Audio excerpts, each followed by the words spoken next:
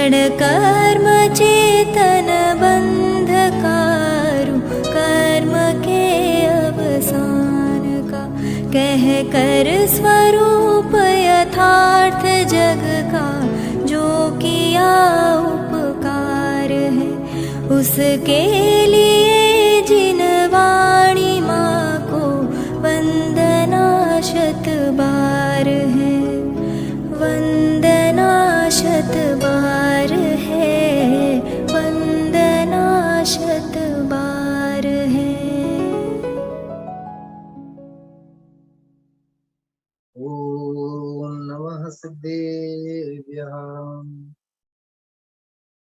मोक्षमार्गस्य नेतारं वेत्तारं कर्मभूभृतां, ज्ञातारं विश्वतत्त्वानां वन्दे तद्गुणलब्धये।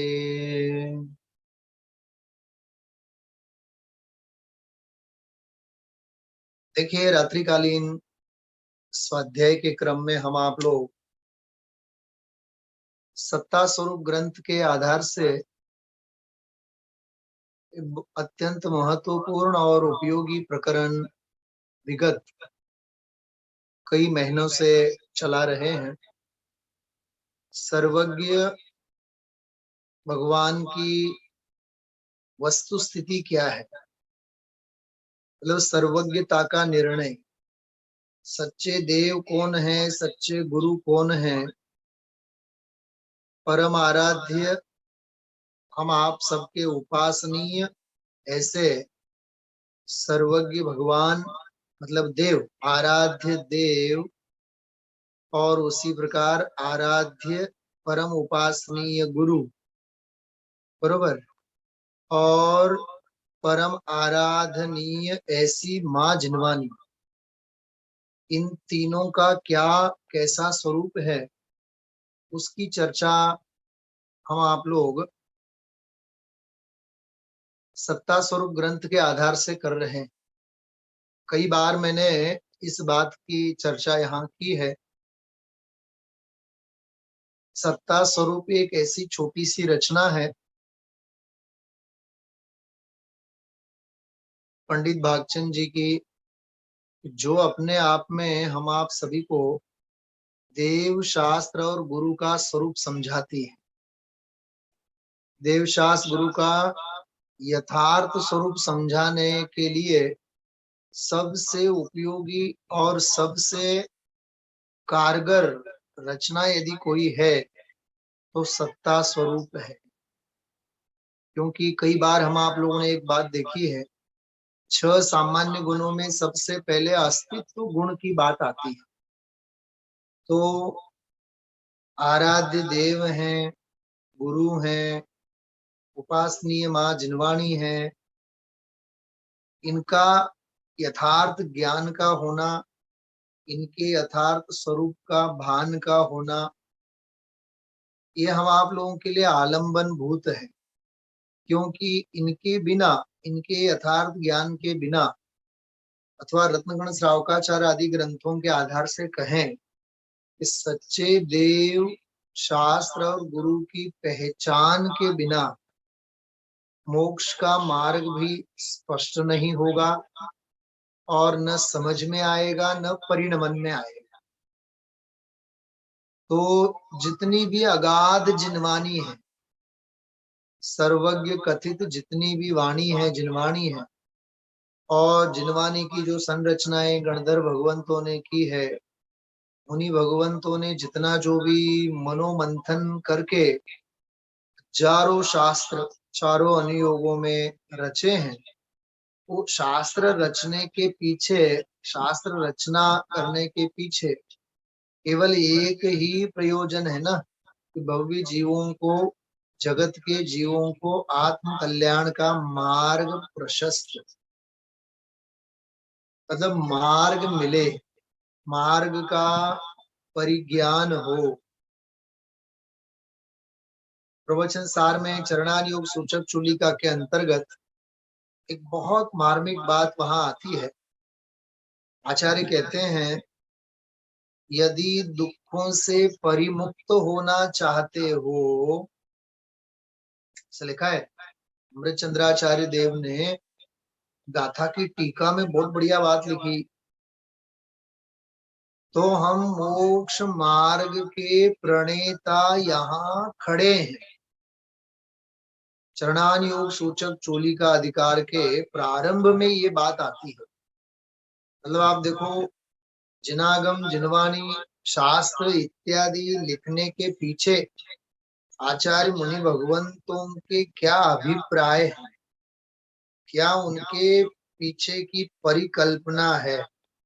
आप केवल इसके बारे में सोचें, कल्पना भी करें तो भी हम आप लोगों को उसकी कितनी महिमा आ सकती है। मतलब ऐसे ही नहीं है, ये शास्त्र ऐसे ही नहीं है, अथवा जिनवानी की रचना केवल इसलिए नहीं हुई है। आचार्य वहां लिखते हैं कि यदि दुखों से परिमुक्त होना चाहते हो तो मोक्ष मार्ग के हम यहाँ प्रणेता खड़े हैं, ऐसा लिखा। प्रवचनसार चरणान योग सूचक चोलिका की पहली गाथा, 200 नंबर की गाथा में आप देखना प्रवचनसार में। तो कहने का मतलब ये है कि जिनागम की जो रचना है, जिनवाणी की जो रचना है, वो भव्य जीवों के लिए, जगत के जीवों को मार्ग प्रशस्त हो इसके लिए। जैसे मैंने अभी मंगलाचरण भी जानबूझ करके आज ये किया था, क्योंकि पूर्व पक्ष के रूप में जो देव संबंधी मान्यता, गुरु संबंधी मान्यता, शास्त्र संबंधी मान्यता, इन सभी मान्यताओं का खंडन हम आप लोगों ने पूर्व पक्ष के रूप में अभी मोक्षमा प्रकाशक के आधार से पिछले सप्ताह काफी कुछ प्रकरण पढ़ा है कि मानने वाला वीतरागी देव के संदर्भ में भी क्या भ्रम कर बैठता है। समोशरण आदि वैभव को देखेगा, उनके स्फटिक मणि की प्रतिमाओं को देखेगा, भव्य जिनालयों को देखेगा, और फिर उनकी महानता करके अपने आप को ये समझ लेगा कि मैंने देव की सच्ची स्तुति की। देखिए एक और बात, जो भी हृदय श्री के व्याख्यानों में सुबह का व्याख्यान आप सुनते हो, आज का सुना हो, कल का सुना हो, जो विषय अब चालू हुआ है 31वीं गाथा से, निश्चय स्तुति वाला प्रकरण चालू हुआ है। 3 गाथाएं आएंगी, 31, 32 और 33। बहुत लंबा विषय चलेगा। तो उसमें बात तो यही आएगी ना कि जिसने इंद्रियों को जीता, जितने भावेंद्रियों को जीता, जिसने इंद्रियों के विषयों को जीता, सच्चा तो जितेंद्रिय जिन वही है। और बहुत सरल शब्दों में कहें तो जो अपने आप को जीते सो जैन। इंद्रियों को जीते, भावेंद्रियों को जीते, इंद्रिय के विषयों को जीते, ये तो सब उसकी व्याख्याएं हैं। जीते सो जैन, जगत को जीतने की बात नहीं है, अपने आप को जीतने की बात है। तो वहां स्तुति वाला प्रकरण आएगा। तो आज सुबह भी मैंने स्वाध्याय में बात कही थी कि 31वीं गाथा से पहले जो 26वीं गाथा से लेकर के 30 नंबर तक की गाथा का जो विषय है, उसमें अप्रतिबुद्ध ने वही तो तर्क दिए थे, हम 1008 नामों से भगवान की स्तुति करें, अथवा उनकी वाणी के बारे में तो ऐसा कथन करें कि मानो कान में अमृत का घोलन करते हैं। तो वहां कुल मिलाकर के आचार्य ने कहा ये सब तो पुद्गल की महिमा है, समो शरण की महिमा, वाणी जिनवाणी की महिमा, ये आखिरकार तो जो संयोग है उन संयोगों की ही तो महिमा है ना। जैसे दैवी वैभव है, पंच कल्याणक आदि संपन्न होते हैं, तो पंच कल्याणक आदि संपन्न होते हैं, उसमें तो स्वर्ग के देवादिक जो आते हैं और आपके पंच कल्याणक संपन्न करते हैं, तो जो भी हो वो सारे पुण्य के ही तो वैभव है ना। तो उन पुण्य के वैभव की ही तो बात है ना वो। हा? समझ में आ रही बात? किसकी महिमा है? संयोग की ही महिमा है ना, उसमें स्वभाव की महिमा कहाँ आई, उसमें आत्मा की महिमा कहाँ आई? वीतराग धर्म है, आत्म धर्म है, स्वरूप और स्वभाव का धर्म है, वो है ना मूल में आत्म धर्म। इसलिए जो मैंने मंगलाचरण में भी बोला, मोक्ष मार्ग से नेतारम भेतारम कर्म भूभृताम ज्ञातारम विश्व तत्वानाम वंदे तद्गुण लब्धये। जो मोक्ष मार्ग के नेता है। अभी आप लोगों ने परसों का यदि सायंकाल का जयपुर में जो भारील साहब का जो एक विशेष उद्बोधन हुआ, मोक्ष की इच्छा भी क्या इच्छा है, क्या वो भी इच्छा करनी जैसी है? हाँ, ये ध्रुवार्थी ध्रुवधाम के विद्वानों के लिए, शास्त्रीय विद्वानों के अनुलक्ष्य से एक संबोधन का कार्यक्रम हुआ था विशेष। वो आप सुनिए। उसमें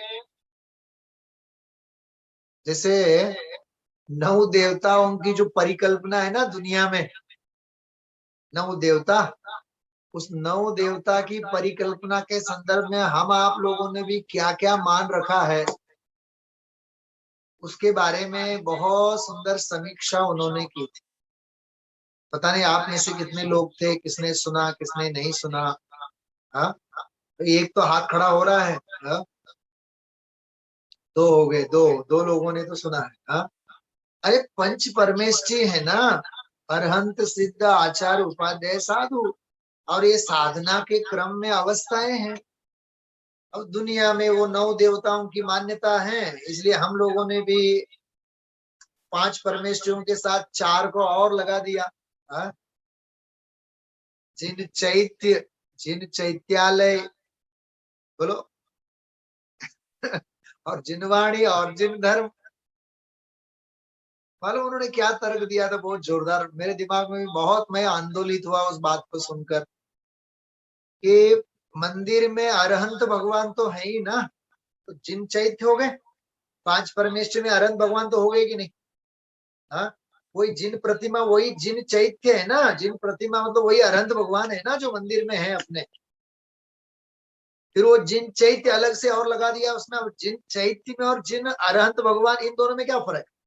एक तो ये तर्क। दूसरा उन्होंने बहुत जोरदार तर्क दिया था, जिन मंदिर तो तूने 9 देवताओं में माना ना, तो उसकी तो छाती के ऊपर हाथ रख करके अंदर जाता है तू, ऐसा बोले। जिन मंदिर तो दीवालों का नाम तो मंदिर नहीं है, समग्र जो भवन है वो मंदिर है। तो अपन मंदिर में तो जाते हैं कि नहीं, तो उसकी छाती के ऊपर हाथ रख करके जाते हैं ना। कहने का ये है तात्पर्य, जो जिन मंदिर की जो परिकल्पना है 9 देवताओं में, ठीक है धर्मायतन है वो अलग बात है, लेकिन देवत्व के रूप में उसे मानना और उस प्रकार की जो विचारधारा है, ये हम आप लोगों को कहीं ना कहीं सोचने के लिए मजबूर करती, और सोचना भी चाहिए। वीतरागता, जैसे मोक्ष मार्ग से नेतारम, मोक्ष मार्ग के आप नेता हैं। यदि पॉइंट लिखेंगे तो ये लिख के रखना, बहुत काम की वस्तु है। मोक्ष मार्ग के नेता मतलब हितोपदेशी। क्या कहा? मूल श्लोक क्या है? एक बार मूल श्लोक पढ़ते हैं अपन। मोक्ष मार्ग से नेतारम हेतारम कर्म भूभृताम ज्ञातारम विश्व तत्वानाम वंदे तद्गुण लब्धये। ये श्लोक है ना, तो मोक्ष मार्ग से नेतारम, मोक्ष मार्ग के नेता मतलब क्या? मोक्ष मार्ग के नेता मतलब मोक्ष मार्ग के नायक, मतलब जगत के सभी जीवों को मुक्ति के मार्ग में ले जाने वाले, मतलब हितोपदेशी। तीर्थंकर अरहंत भगवंतों का विशेषण है हितोपदेशी। समझ गए आप? जैसे अपन कहते हैं ना मोदी साहब भारत के नेता है, तो भारत के लीडर है ना, वो भारत को उत्कर्ष के पथ पर, भारत को उत्कर्ष के पथ पर ले जा रहे हैं, उन्नति के पथ पर ले जा रहे हैं, ऐसे नेता कहलाता है। ऐसे मोक्ष मार्ग के नेता कौन है? तो कहते हैं कि वीतरागी सर्वज्ञ भगवान है। तो हितोपदेशी ये विशेषण है उनका, उसमें तीर्थंकरत्व वाली जो बात है। ठीक है। दूसरा, मोक्ष मार्ग से नेतारम भेत्तारम कर्म भूभृताम, कर्म रूपी पर्वत के भेदता है, भेदने वाले। भू मतलब पर्वत, कर्म रूपी पर्वत के भेदतार हैं, भेदने वाले हैं, मतलब वीतरागी। क्या कहा? मोक्ष मार्ग के नेता अर्थात हितोपदेशी, और कर्म रूपी पर्वत के भेदता अर्थात वीतरागी, और ज्ञातारम विश्व तत्वानाम, विश्व तत्व के ज्ञाता है। तो विश्व तत्व के ज्ञाता है मतलब सर्वज्ञ। तीन बातें निकल आई इसमें। कौन कौन सी तीन बातें निकल आई? वीतरागी, सर्वज्ञ और हितोपदेश। तीन गुण निकल आए ना इसमें, वीतरागी, सर्वज्ञ और हितोपदेशी। वंदे तद्गुणलब्धये, उन गुणों की प्राप्ति के लिए हम भी वंदन करते हैं, नमन करते हैं। कौन कौन से गुणों की? वीतरागता, सर्वज्ञता और हितोपदेशिता जैसे गुणों की। मतलब ये सच्चे देव का सच्चा स्वरूप है। एक बात और, इसमें भी जो वीतरागता और सर्वज्ञता, ये दो ही अनिवार्य गुण हैं सर्वज्ञ देव के। हितोपदेशिता ये कोई देव का लक्षण नहीं है, याद रखना। देखो भरत भगवान, बाहुबली भगवान देव थे कि नहीं? हाँ थे। वो सर्वज्ञ और वीतरागी थे कि नहीं? हाँ थे। तो जो वीतरागी और सर्वज्ञ होते हैं वे देव कहलाते हैं, सच्चे देव कहलाते हैं। बस सच्चे देव की बस यही विशेषता, वीतरागता और सर्वज्ञ।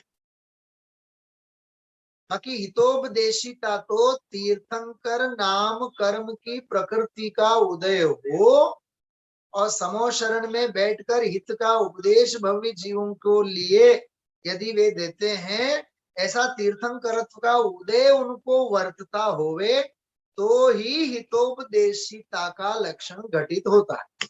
वैसे कितने? वैसे 24। देव तो अनंत होते हैं, भगवान तो अनंत होते हैं, लेकिन तीर्थंकर तो 24 होते हैं। समझ में आई बात? बिल्कुल बाल बोध पाठमाला में जो बात आता है, बात आती है ना, उसकी बात है कि भगवान और तीर्थंकर, तीर्थंकर और भगवान में क्या फर्क है? कि तीर्थंकर 24 होते हैं, भगवान तो अनंत होते हैं। भगवान किसे कहते हैं? जो जो भी वीतरागी और सर्वज्ञ होते हैं उन्हें भगवान कहते हैं। और तीर्थंकर किसे कहते हैं?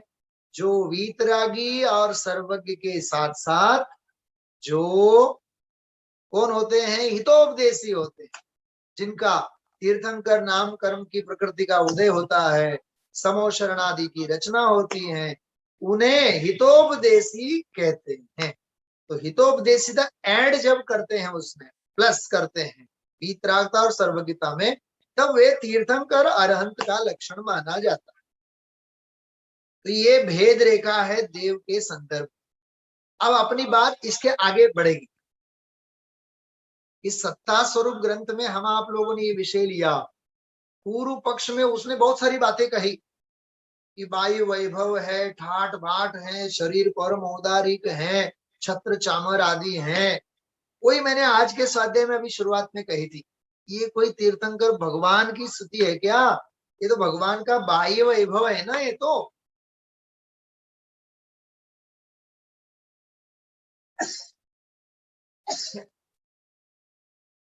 समझ में आई बात?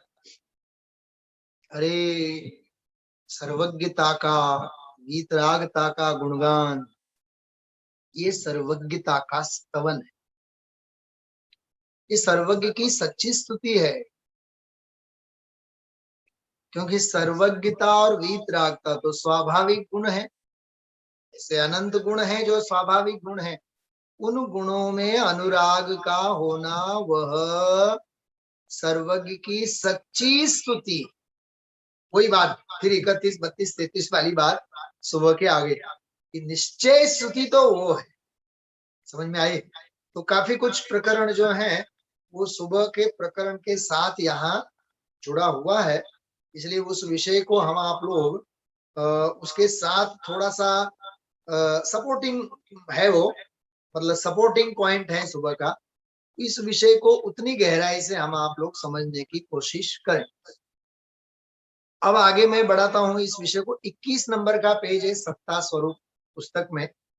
आपके पास यदि इसकी जो PDF फाइल होवे तो आप लोग देखिएगा, मैं उसके आधार से आपको पढ़ के बताना चाहता हूँ। बहुत सुंदर प्रकरण है।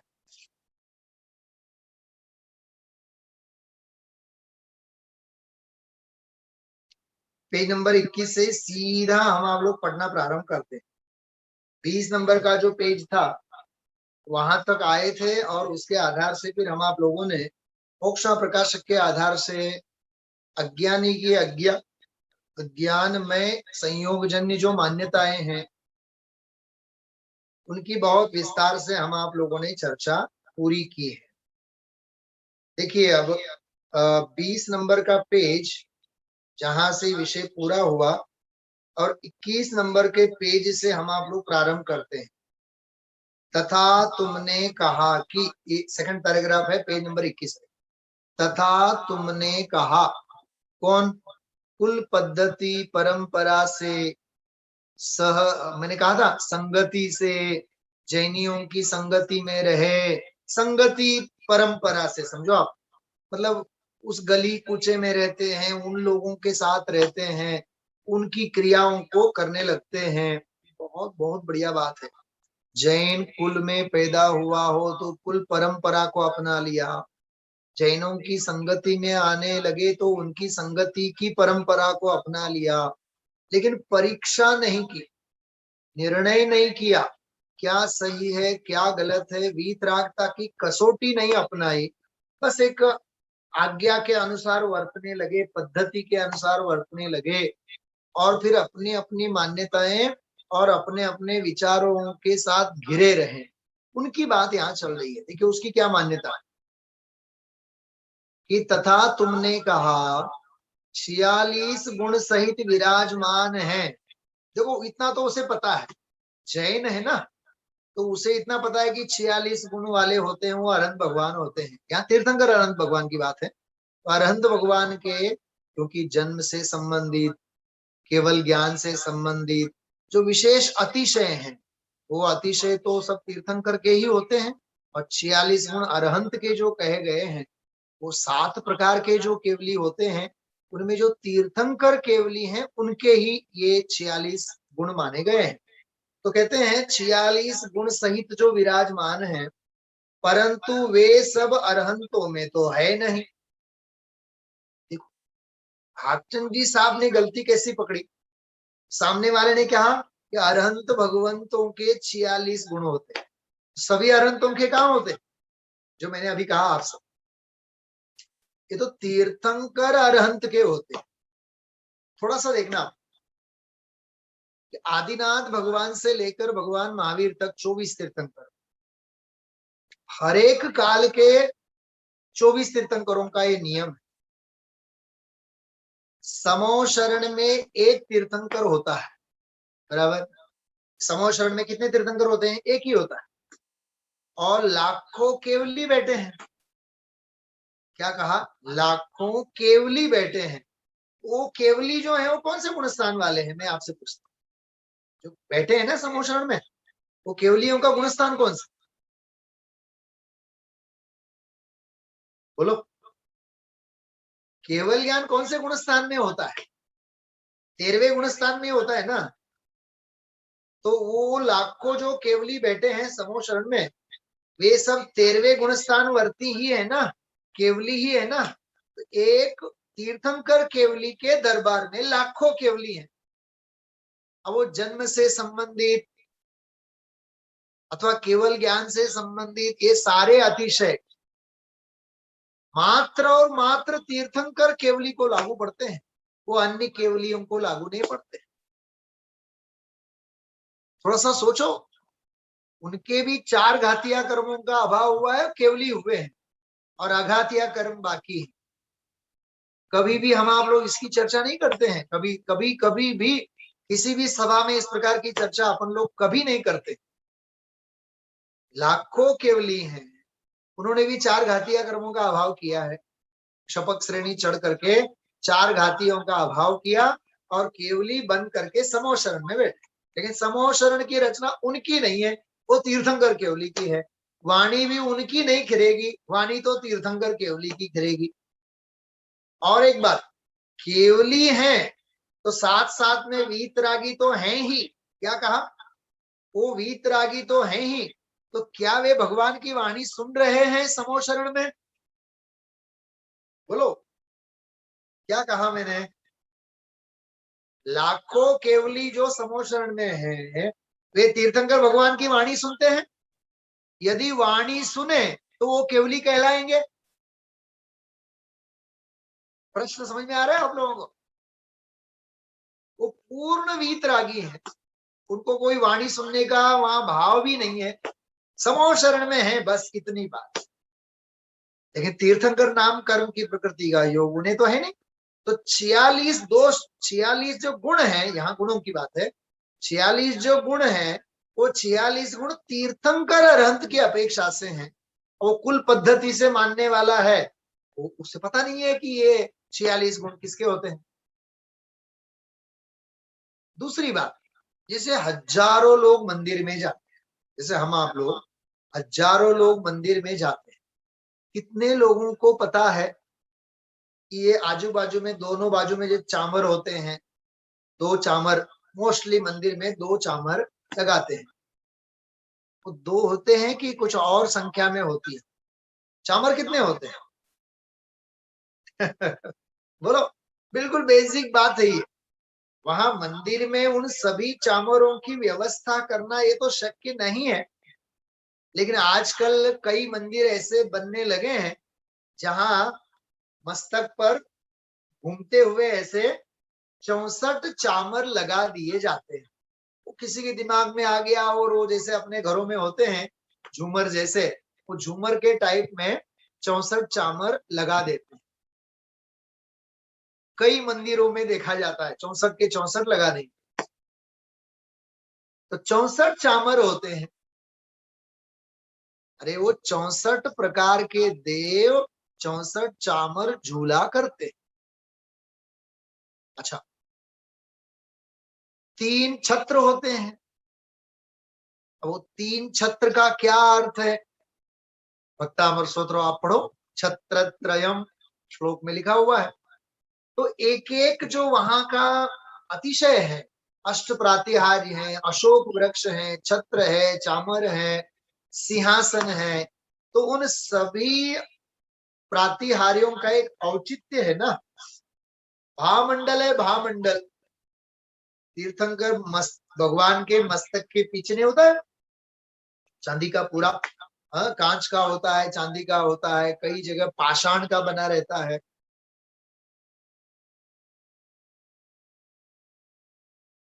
भामंडल की द्युति जगमगात, भवि जन देखे निज भव सात सात, भवि जन देखत निज भव सात सात। भवि जीव उनमें अपने 7-7 भवों को देखते हैं। बोलो, लाखों करोड़ों जीव, वो एक भामंडल छोटा सा, उसमें हर एक को अपने 7 भव दिखते हैं। वर्तमान का 1 भव, पिछले 3 भव और अगले 3, 7 भव दिखेंगे। तो एक एक अतिशय जो तीर्थंकर भगवान के जो बाह्य संयोग है, उनका भी औचित्य पता नहीं है जीवों।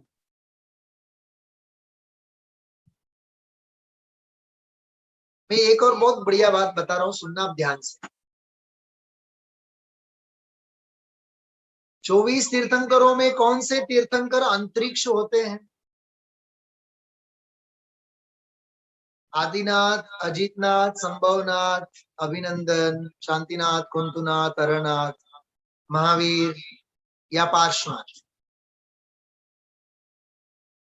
कौन से भगवान अंतरिक्ष होते हैं, पूछ रहा हूं मैं, बोलो, जवाब आपो, जवाब।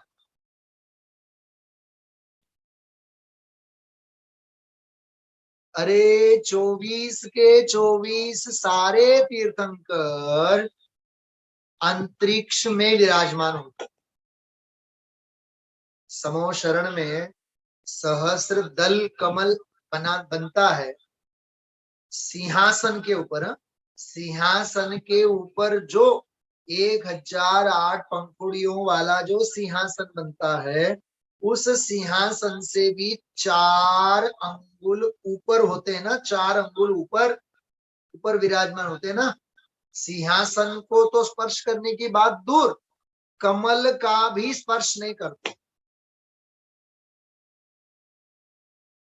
क्या मंदिरों में, अपने जिन मंदिरों में उस प्रकार से अंतरिक्ष भगवान को विराजमान करने का कोई सिस्टम अपने पास, न ऐसी कोई रिद्धि है न कोई सिद्धि है। लेकिन वो जो कमल बनता है ना, कमल, कमल के ऊपर श्री जी को विराजमान करते हैं। हमारे कितनों के ज्ञान में है कि भगवान तो साक्षात समोषण में कमल को तो स्पर्श ही नहीं करते हैं। सोचो आप, कभी कभी विचार आते हैं अपने को, हाँ, ये सारी बातें मुझे कहां से सूझ रही मालूम? वो 46 गुण अरहंत भगवान के होते हैं, ये तूने तो कहा, लेकिन सभी अरहंतों के थोड़ी ना होते हैं, ये कहा ना उन्होंने, पंडित जी ने वहां। इसका मतलब कहने वाले को इस बात का निर्णय ही नहीं है ये 46 गुण अरहंत के होते हैं, लेकिन तीर्थंकर अरहंत के होते हैं, बाकी सभी अरहंतों के नहीं होते हैं। मतलब कोई विचार नहीं, निर्णय नहीं, अनिर्णयात्मक रूप से सारी मान्यता चलती है। आगे देखिए, ये 46 गुण सहित विराजमान है, परंतु वे सब अरहंतों में तो है नहीं। ये उसे समझा रहे हैं पद्धति परंपरा से मानने वाले। तुमने कुछ निर्णय भी किया है कि ऐसे ही कहते जाते हो। देखो ये डंडा मारा, तो ऐसे ही बोल बोल बोल बोल बकवास कर रहे हो, या ऐसे ही तुम सोचना आप। मतलब ये पंडित भागचंद जी साहब का जो कमेंट्स हैं ये बहुत जोरदार है कि तुमने कुछ निर्णय किया या ऐसे बोल रहे हो। तो वहां 46 गुण तो यह है, देखो कौन कौन से हैं। वो तीर्थंकरों के 46 गुणों को गिना रहे हैं, देखो उसको वो समझा रहे हैं। अब जन्म के 10 अतिशय, मैंने अभी अभी 10 मिनट पहले 2-3 बार बोला, जन्म से संबंधित 10 अतिशय। ये जो है ना सब 46 अतिशयों के बारे में आपको थोड़ा सा भी अभ्यास करना है, तो आप लोग पंच परमेष्टि विधान जो है पवैया जी का लिखा हुआ, उसमें अरहंत भगवान के 46 गुणों का बहुत सुंदर वर्णन है। मतलब 6-6 महीने तक जन्म से संबंधित ये अतिशय होते रहते हैं, पुष्प वृष्टि आदि, उनका सारा वर्णन है। तो जन्म के संदर्भ में अतिशय 7 होते हैं, 10 होते हैं। केवल ज्ञान से संबंधित 10 अतिशय हैं। जब केवल ज्ञान होता है तब जय जयकार आदि का होना, हाँ, दिव्य ध्वनि अतिशय है। ये केवल ज्ञान से संबंधित एक अतिशयों में से अतिशय। मैं कल के स्वाध्याय में और विस्तार से इस प्रकरण को लूंगा। 46 के 46 अतिशयों के बारे में अपन देखेंगे। पंच परमेष्टि विधान के आधार से मैं आपको बताऊंगा, एक एक पंक्ति के आधार से अपन लोग देखेंगे। देवकृत 14 अतिशय, दैवी वैभव जो होते हैं देवकृत, वो 14 प्रकार के होते हैं। और 8 प्रातिहार्य, तो समो शरण में तीर्थंकर भगवान विराजमान होते हैं तब ये 8 प्रातिहार्य, मैंने तो कईयों की अभी चर्चा यहाँ की भी है। और 4 चतुष्ट, ये 46 हो गए। परंतु अरहंत देव तो 7 प्रकार के हैं। देखो धीरे धीरे धीरे वही बात आ रही है, अरहंत भगवान 7 प्रकार के होते हैं, लेकिन 7 प्रकार के अरहंतों में ये नहीं होते हैं। ऐसा ये सारा विषय तुझे कहाँ पता है? तूने तो कुल पद्धति और परंपरा से सब कुछ मान लिया, इसलिए सच्चे अरहंत का ख्याल होना, सच्चे अरहंत का परिचय होना, ये भी कितना जरूरी है, ये यहाँ समझाया है। तो केवल 7 प्रकार के केवलियों के नाम में बोलता हूं, विशेष चर्चा तो अपन कर लेंगे। पंच कल्याणक युक्त तीर्थंकर अरहंत, ये पहले। दूसरे 3 कल्याणक युक्त तीर्थंकर, जिनके 3 कल्याणक होते हैं। 2 कल्याणक युक्त तीर्थंकर, कम से कम 2 कल्याणक, अधिक से अधिक 5 कल्याणक। तो 7 प्रकार के केवलियों में तो 3 तो यही हो गए, 2 प्रकार के कल्याणक वाले, 3 प्रकार के कल्याणक वाले, 5 प्रकार के कल्याणक वाले, बरोबर। अब चौथा सातिशय केवली, ये भी एक विशेष केवली होते हैं। सामान्य केवली 5वें प्रकार के। 6ठे प्रकार के होते हैं उपसर्ग केवली, और 7वें प्रकार के होते हैं अंतकृत केवली। तो इन 7 प्रकार के जो केवली होते हैं, इन 7 प्रकार के केवलियों में जो तीर्थंकर केवली होते हैं, उन्हीं को ये 46 अतिशय होते हैं। इसलिए तू बिना सोच समझ करके बोल बोल कर नहीं, बल्कि तुझे सोचना चाहिए, तुझे विचार आना चाहिए। केवल कुल परंपरा और पद्धति परंपरा से ही हमें तीर्थंकर अरहंत भगवान के प्रति भक्त होने का दंभ नहीं करना चाहिए। हमें वस्तु स्वरूप का वस्तुनिष्ठ ज्ञान होना चाहिए, ये बात यहाँ आई। और कुल मिलाकर के आज्ञानुसार और कुल पद्धति से अरहंत का हमें भक्त न होकर हमें परीक्षा सहित परीक्षा प्रधान ही होना चाहिए। इस प्रकार से ये विषय आया। इसी विषय को अब हम आप लोग आगे विशेष बढ़ाएंगे, कल से फिर आगे लेंगे हम आप लोग। अभी हम आप लोग माँ जिनवाणी की वंदना करते हैं। सभी आप लोग हाथ जोड़िए।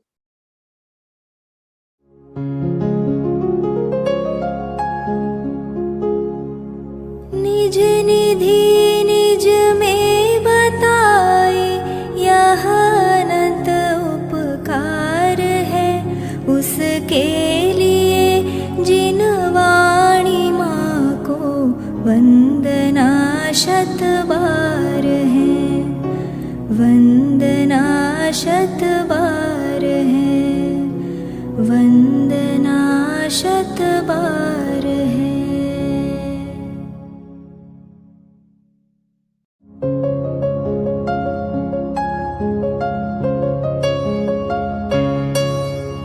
हे जिनवाणी भारती तो ही जपो दिन रैन, जो तेरी शरणा गहे सो पावे सुख चैन। जा वाणी के ज्ञान ते सूझे लोकालोक, सो वाणी मस्तक नवो सदा देत हो ढोक, सदा देत हो